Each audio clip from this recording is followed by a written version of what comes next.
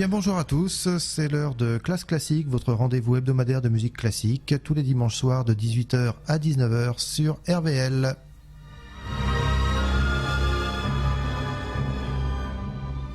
Eh bien, bonjour à tous. Je voulais attirer aujourd'hui votre attention sur une exposition qui se déroule en ce moment même à Paris, au Petit Palais. Elle a commencé il y a une quinzaine de jours, le 14 novembre très précisément, et elle va être présentée au public jusqu'au 23 février. Elle est consacrée à Luca Giordano, peintre napolitain de l'époque baroque, puisqu'il est né en 1634 et il est mort en 1705. Et cette exposition m'a donné l'idée de vous proposer une émission sur la musique baroque napolitaine, qui est une école tout à fait intéressante. Alors on va commencer avec Leonardo Vinci. Alors il n'a rigoureusement rien à voir avec Léonard de Vinci, mais c'est un homonyme quasiment parfait. Leonardo Vinci, il est né en 1690, il est mort en 1730.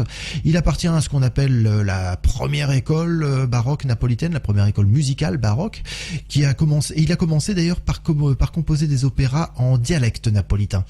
Il a même succédé à Scarlatti à la Chapelle Royale, et ce jeune homme, paraît-il, est mort à l'âge de 40 ans, empoisonné. Il paraît qu'il avait tendance à séduire les femmes de ses amis, ce qui est quelque chose qui ne se fait pas. Mais enfin, de là à l'empoisonner, il y a peut-être un pas quand même. Alors voici de Leonardo Vinci une sinfonia en ré majeur que je vous propose de découvrir dans son intégralité en 3-4 mouvements, vivace, allegro, grave et allegro, par l'ensemble L'Apothéose.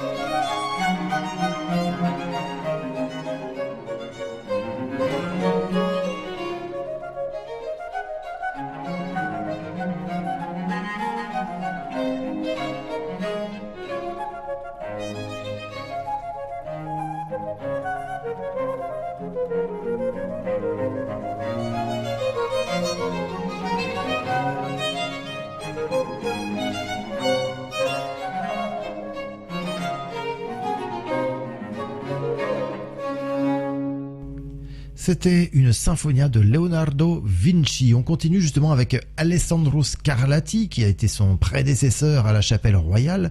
Alessandro Scarlatti est véritablement un précurseur de cette école musicale baroque napolitaine.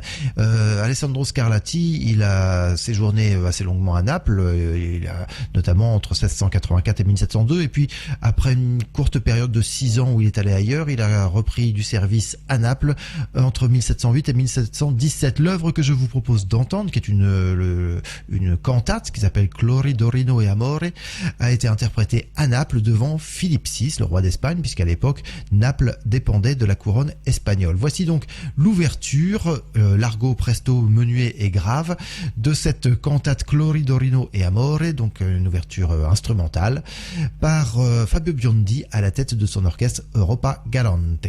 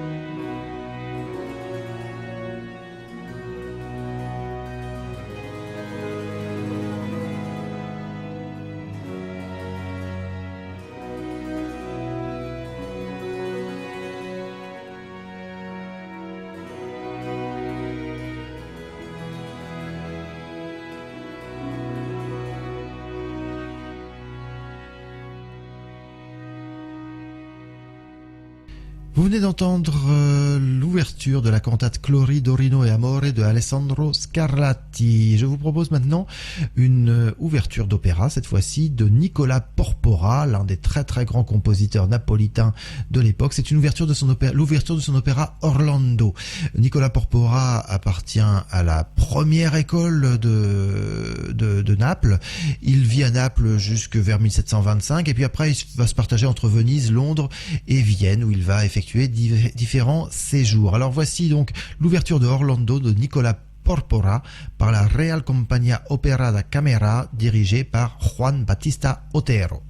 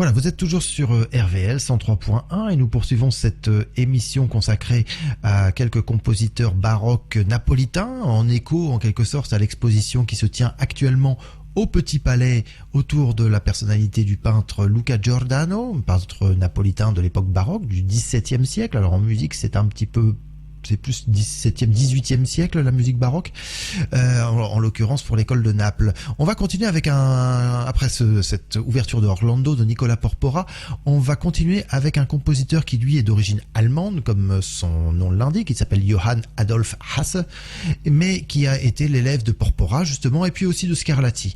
Il s'entendait d'ailleurs assez mal avec Porpora, c'est pourquoi il est allé plutôt frapper à la porte de Scarlatti pour avoir des leçons de musique. Donc Johann Adolf Hasse, dont voici Mea Tormenta Properate, c'est un extrait d'un oratorio qui s'appelle Saint-Pierre et Sainte-Marie-Madeleine et qui nous est interprété par le jeune contre-ténor d'origine polonaise Jakub Orlinski. Il est accompagné par l'orchestre Il Pomodoro que dirige Maxime Emelianichev.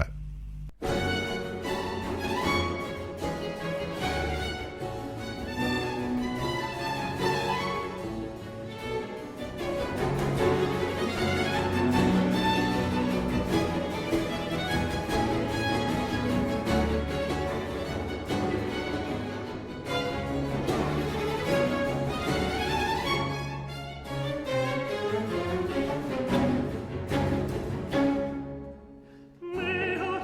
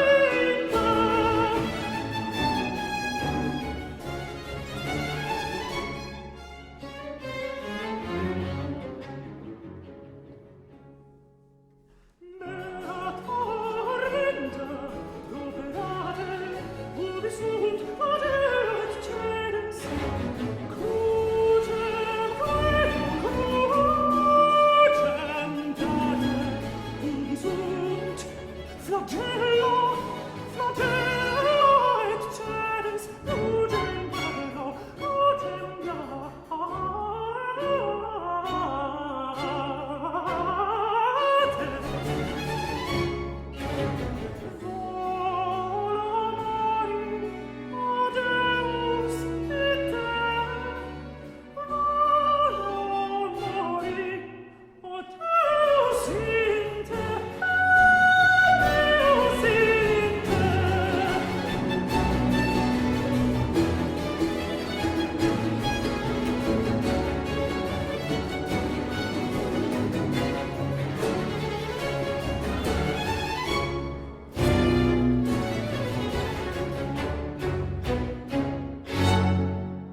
Voilà, vous venez d'entendre un extrait de la cantate, ou de l'oratorio plutôt, Saint-Pierre et Sainte-Marie-Madeleine de Johann Adolph Hasse, compositeur d'origine allemande, mais qui a séjourné assez longuement à Naples au début du XVIIIe siècle. On continue avec un autre compositeur qui s'appelle Leonardo Leo, qui est un compositeur de la première moitié du XVIIIe siècle, qui était également un compositeur appartenant à la première école napolitaine. Voici l'allegro final d'un concerto pour flûte en sol majeur de Leonardo Leo par l'ensemble L'Apothéose.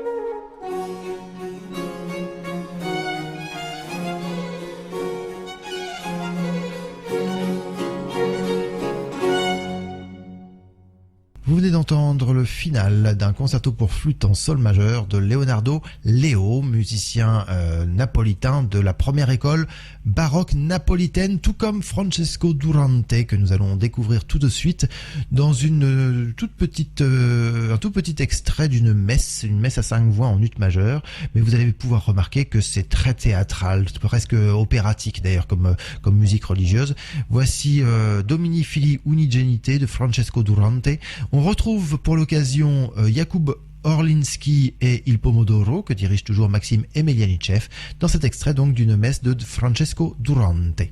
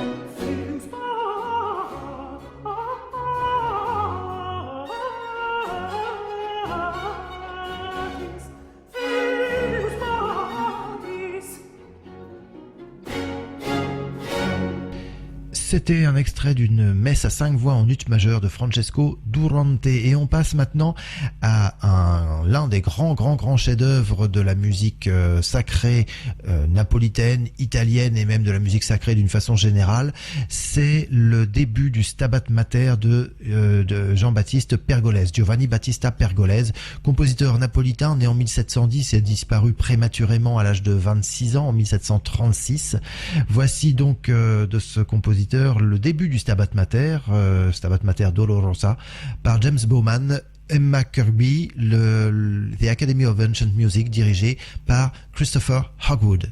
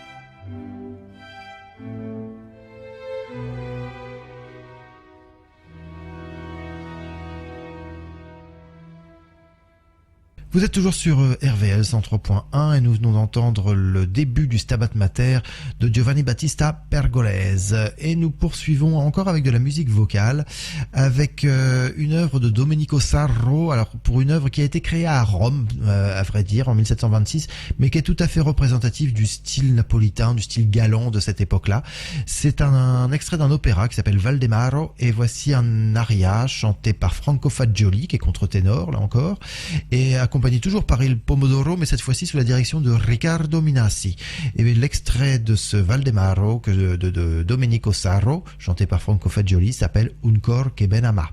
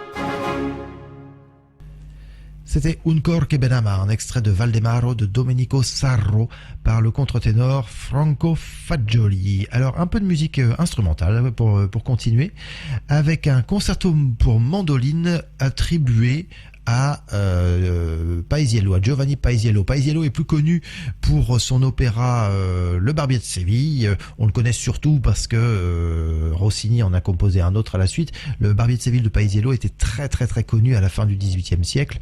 Il est ensuite tombé dans l'oubli. Il a été surclassé en quelque sorte par celui de Rossini. Mais on sait qu'il a composé d'autres œuvres, dont ce concerto pour mandoline. Il y en a deux au minimum qui lui sont attribués. On n'est pas vraiment sûr qu'il soit de lui.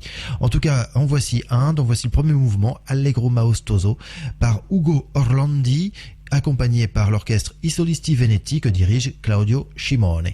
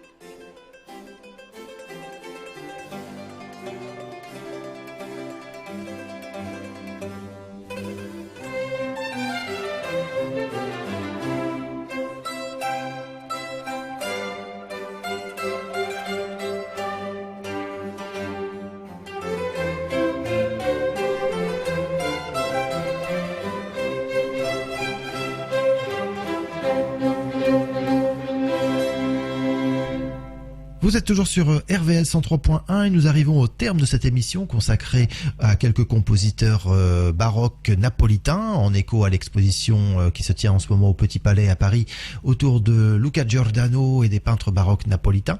Vous venez d'entendre après du Pergolese, après du Hasse, du Porpora, du Scarlatti, du Sarro, vous venez d'entendre après à l'instant même le début d'un concerto pour mandoline attribué à Giovanni Paesiello. Et on va finir donc cette émission par un concerto pour 2 flûtes en sol majeur de Domenico Cimarosa, dont voici le rondo final.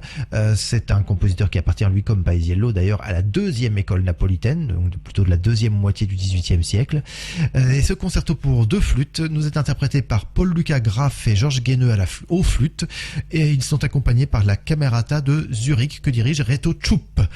C'est la fin donc de cette émission, comme je vous l'ai dit. Je vous retrouve la semaine prochaine à la même heure, de 18h à 19h, pour une nouvelle édition de Classe Classique. D'ici là, bonne fin de week-end, bonne semaine et à tout bientôt. Au revoir.